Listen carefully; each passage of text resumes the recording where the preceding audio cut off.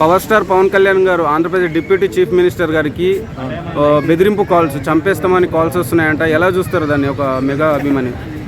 అది అతని దగ్గరికి వెళ్ళాలంటే ఫస్ట్ ఆఫ్ ఆల్ హనుమంతు దగ్గరికి వెళ్ళాలి. హనుమంతుడు అంటే ఎవరు? నాగబాబు గారిని దాటి పోవాలంటే ఏ ఒక్కడికి దమ్ము లేదు.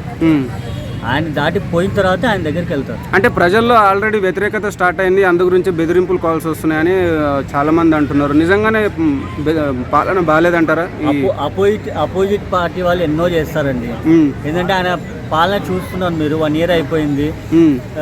అది ఏది బోట్ సీజ్ చేశారు, ఎంత బాగా చేశారు అసలు.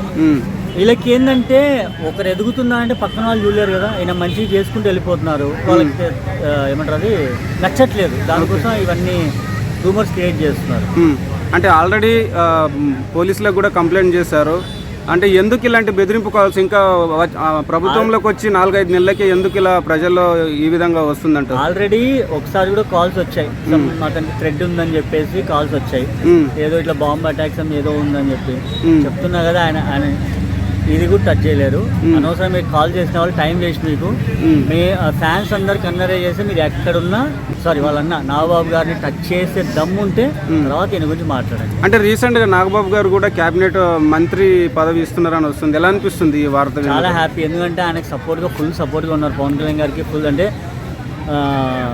అప్పట్లో హరికృష్ణ గారు ఎన్టీ రామారావు గారికి ఎలా సపోర్ట్గా ఉన్నారో అలా పవన్ కళ్యాణ్ గారికి మన నాగబాబు గారు సపోర్ట్ ఉన్నారు. అలాంటిది ఇవ్వకపోతే చాలా తప్పది. ఇచ్చారుగా చాలా హ్యాపీ అది ఇచ్చినందుకు. అంటే ఇప్పుడు ఈ 4-5 నెలల పరిపాలన మీకు ఎలా అనిపించింది? మీకు ఈ ఉమ్మడి కూటమి ఒక్క దాంట్లో అర్థమైపోతుంది కదా.